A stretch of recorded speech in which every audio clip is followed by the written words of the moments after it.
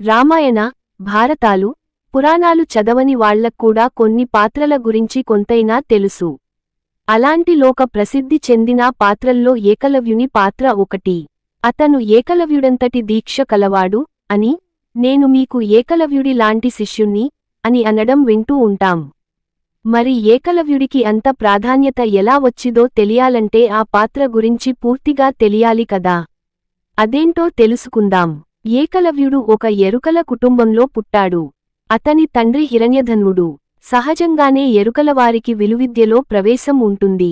ఏకలవ్యుడికి అందులో మరీ ప్రావీణ్యం ఉంది. తాను నిషాద ఎరుకల కుటుంబంలో పుట్టినప్పటికీ విలువిద్యలో అగ్రగణ్యుడిగా నిలవాలనుకున్నాడు. ఒకరోజు ఏకలవ్యుడు అస్త్రవిద్యలో గురువర్యుడు అయిన ద్రోణాచార్యుని వద్దకు వెళ్ళి, అయ్యా, నాకు మీ దగ్గర శిష్యరికం చేయాలని ఉంది అని అడిగాడు. ద్రోణుడికి నిషాద బాలుడైన ఏకలవ్యుని శిష్యునిగా స్వీకరించడం ఇష్టం లేకపోయింది. కాని ఆ మాట బహిరంగంగా చెప్పకుండా, బాగా సాధన చేయి, అదే వస్తుంది అన్నాడు. ఏకలవ్యుడు రెట్టించలేదు. ద్రోణుడన్న ఆ మాటనే ఆశీర్వాదంగా భావించి వెనుదిరిగి వెళ్లాడు.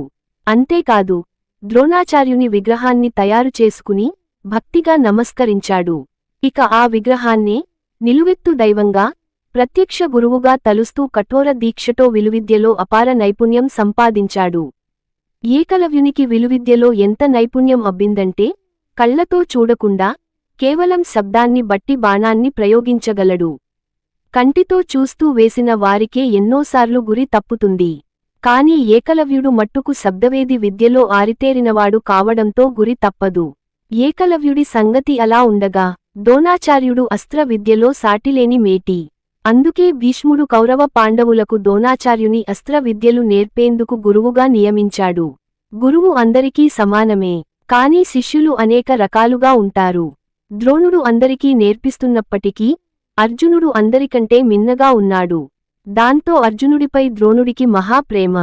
తన అనుంగు శిష్యునిగా భావించి ఎన్నో కిటుకులు నేర్పాడు. ఓ సందర్భంలో ద్రోణుడు తన శిష్యునితో కలిసి వేటకు వెళ్లాడు. అడవిలో కొంత దూరం వెళ్లిన తర్వాత వారి వెంట ఉన్న కుక్క అరిచింది.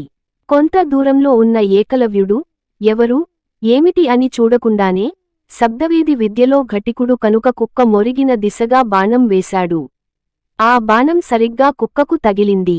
కుక్క మూలుగుతూ పడటంతో ఏకలవ్యుడు అటుగా వచ్చాడు. తన గురువు ఎదురుగా కనిపించడంతో ఆనందానికి గురయ్యాడు.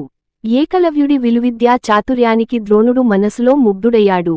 అర్జునుడికి మాత్రం కోపం, దుఃఖం పొంగుకొచ్చాయి. తనను విలువిద్యలో అందరికంటే ప్రతిభావంతుడిగా తయారుచేస్తానని మాట ఇచ్చి తప్పారు అనిపించింది. అక్కడ గురువుగారి విగ్రహం కూడా ఉంది. అంటే తనను మాయచేసి ఎరుకలవాన్ని మరింత ప్రతిభాశాలిగా తీర్చిదిద్దారు అనుకున్నాడు. దాంతో, గురువుగారు, మీరు మాట తప్పారు. మీకు నాకంటే నిషాదుడే ఎక్కువ కదూ అనేశాడు. ద్రోణుడు అర్జునుడు బాధపడటం సహించలేకపోయాడు. నిజంగానే తాను అర్జునుడికి ఇచ్చిన మాట నెరవేరలేదు. దాంతో ఏకలవ్యునివైపు తిరిగి, ఏకలవ్యా, విలువిద్యలో నువ్వు నిజంగానే ఘనత సాధించావు. మరి నా గురుదక్షిణ ఏదీ అన్నాడు. ఏకలవ్యుడు గురువు మెచ్చుకోవడంతో అంతులేని ఉద్వేగానికి గురయ్యాడు. కన్నీళ్లతో కాళ్లమీద పడిపోయి, కోరుకోండి అయ్యా, నేను ఇవ్వగలిగింది ఏదైనా ఇస్తాను అన్నాడు.